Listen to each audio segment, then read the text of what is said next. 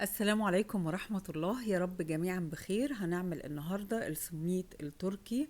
جميل جدا وبسيط ومليان سمسم، طبعا قيمته الغذائية عالية جدا في الكالسيوم، وكمان بتفوق اللبن ومصدر نباتي للكالسيوم حلو جدا. يلا بينا نشوف هنحتاج ايه. مقادير سهلة جدا. عندي هنا دقيق جميع الاستخدامات 4 كوبايات ونص، ما يعادل 600 جرام. عندي كوبايتين إلا ربع من المية، ممكن استخدم كوباية ونص. معلقة كبيرة من السكر، معلقة ونص صغيرة ملح، ومعلقة كبيرة من الخميرة. وعندي زبدة لينة، هاخد معلقة كبيرة. تقدروا تاخدوا زيت لو حابين تستخدموا زيت. هنزل أول حاجة بالمقادير الجافة، السكر والملح، وبديهم تقليبة. وبعدين انزل معلقة الخميرة وابتدي انزل بالمية. حسب الدقيق المقدار ده ياخد معايا من كوباية ونص لكوبايتين الا ربع. كل دقيق طبعا زي ما بنقول بيختلف عن التاني، ما بنزلش بالمية كلها. العجينة زي ما هتشوفوا عجينة تبقى عجينة ناعمة حلوة، ولكن ما بتكونش طرية علشان اعرف اشكلها. هبتدي انزل بمعلقة الزبدة واعجن بقى كويس. اهم حاجة طبعا في المخبوزات ان احنا نعجنها كويس، دي اهم خطوة في نجاح اي مخبوزات. وهبتدي اعجن بقى لغاية طبعا العجينة ما تتماسك والزبدة تتشرب، عندي العجينة تتشرب الزبدة كلها، وهتبتدي تنعم معايا. اعجن فيها شوية لغاية ما تلم، وبعد كده هاخدها على الكاونتر واعجنها كويس. يدوب كده تلم، يعني كله يتداخل كده مع بعضه والزبدة تختفي. وهعجنها بعد كده، افضل اعجن فيها شوية حلوين لغاية ما تبقى العجينة مناسبة زي ما هتشوفوا. عجينة سهلة ومقاديرها سهلة، اهم حاجة ان احنا نشتغل فيها كويس والعجينة تاخد حقها. رشيت رشة كده من الدقيق وهبتدي اعجن فيها شوية لغاية ما العجينة تنعم واحس ان العجينة قويت كده وبقت حلوة. بنعجن فيها شوية حلوين. طبعا اللي عنده ستاند ميكسر عايز يعجن في العجان هيكون اسهل.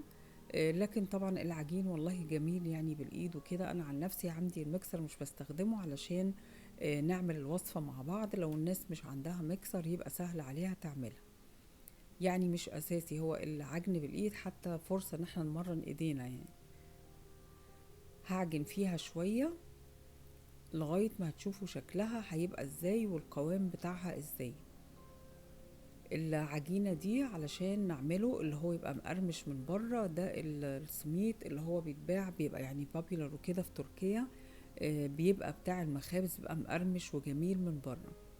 فما بنحطش لبن ولا بيض. في وصفات تانية طبعا بيدخل فيها لبن وبيض، الوصفة دي ما فيهاش لا لبن ولا بيض. بنحط بس يعني حاجة بسيطة من الدهون، يا زبدة يا زيت. وطبعا انا بفضل زيت، زبدة سوري، علشان بيكون قيمتها الغذائية طبعا احسن.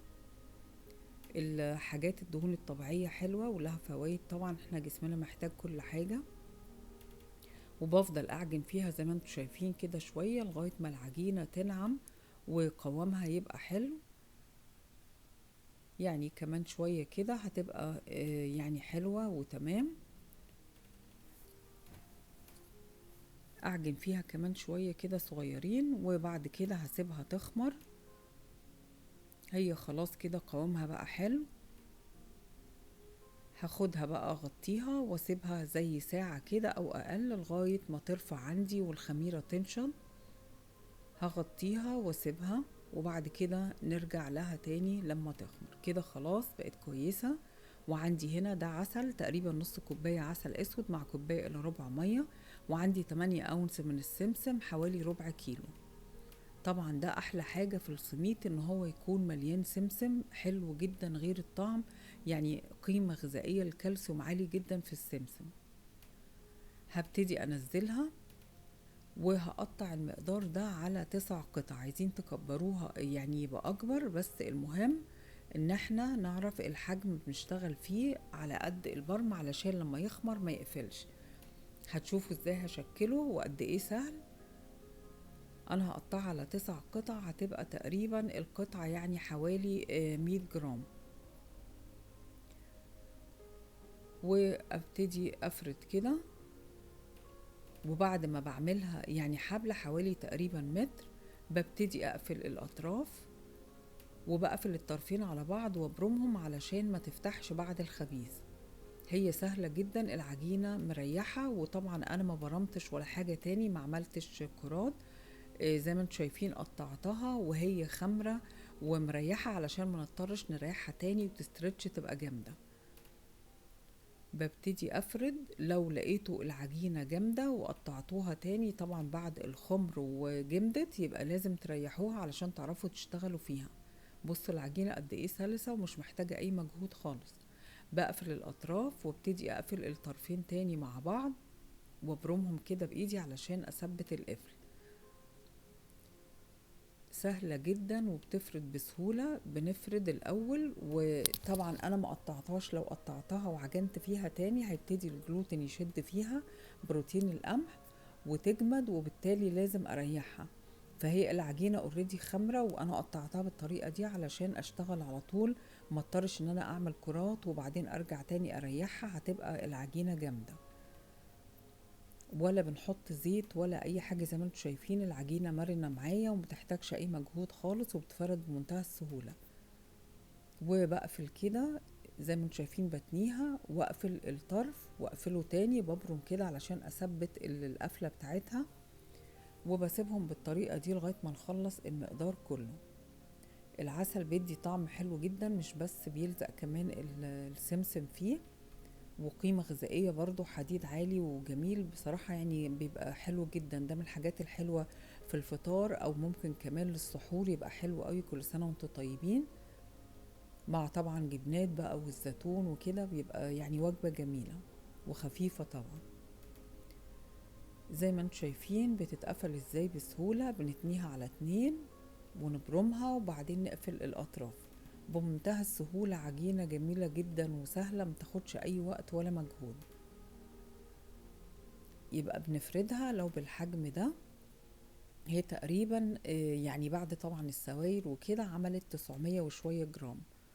ببتدي افردها، وكل واحدة من دي بتبقى تقريبا متر، وبعدين نتنيها على 2 تبقى حوالي 50 سنتي، وبعدين نبرم ونقفلها، لانه بعد ما هتخش الفرن لو ما عملتوهاش بالمقاس ده هتقفل، هتبقى كعكة مقفولة، هتبقى زي البيجل، هتلاقوها اتنفخت وبقت زي البيجل تخينة وبقت حاجة تانية.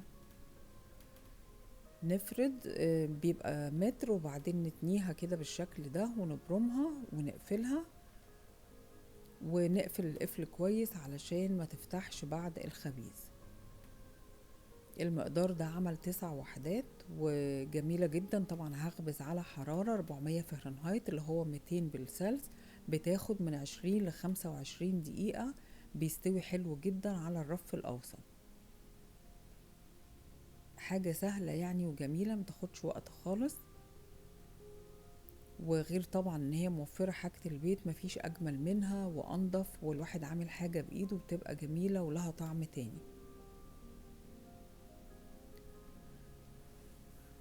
مقدار حلو يعني، هو تقريبا 600 جرام، الاربع كوبايات ونص. وهبتدي كده انزل في العسل، المية بالعسل، وبعدين اخد على السمسم. والفرن طبعا عندي سخن، هدخل على الفرن على طول اول ما اخلص المقدار واغطيه، يعني مش لازم حتى تحط ورق زبدة ولا حاجة، هو مش هيلزق لانه طبعا فيه سمسم من تحت. وبخلص كل الكمية بنفس الطريقة، والفرن عندي على 200 سلس، يعني 400 بالفهرنهايت اللي هو الدرجات بتاعتنا هنا، على الرف اللي في النص من 20 ل 25 دقيقة. هخلص كل الكمية كله هنزله في العسل، طبعا جميل جدا، حديد وكالسيوم، حاجة بجد جميلة وكمان بسيطة، وكل حاجة موجودة عندنا في البيت، يعني ما فيش أي حاجة، مكونات بسيطة تقريبا كلنا عندنا نفس المكونات. وبفضل كده يعني أنزله من العسل على السمسم لغاية ما أخلص المقدار كله. والفرن طبعا سخن زي ما قلت، هياخد من 20 ل 25 دقيقة. على طول هيدخل على الفرن اول ما اخلص كل الكمية بالشكل ده مع السمسم. ان شاء الله الوصفة تعجبكم وتجربوها، وما تنسوش اللايك لو عجبكم الفيديو والاشتراك الناس اللي ما اشتركتش. وشكرا لكل الناس اللي بتدعم القناة، يعني حقيقي انا بكبر بيكو، وشكرا لكل الكومنتات الجميلة. وكده تقريبا انا خلاص يعني قربت اخلص اهوت كل الكمية، مش فاضل غير دي على السمسم وعلى طول على الفرن. ان شاء الله تعجبكم الوصفة. ودخلته الفرن وهنا بعد 20 دقيقة 22 دقيقة. بشكركم، اشوفكم الفيديو الجاي. باي باي. ثانك يو.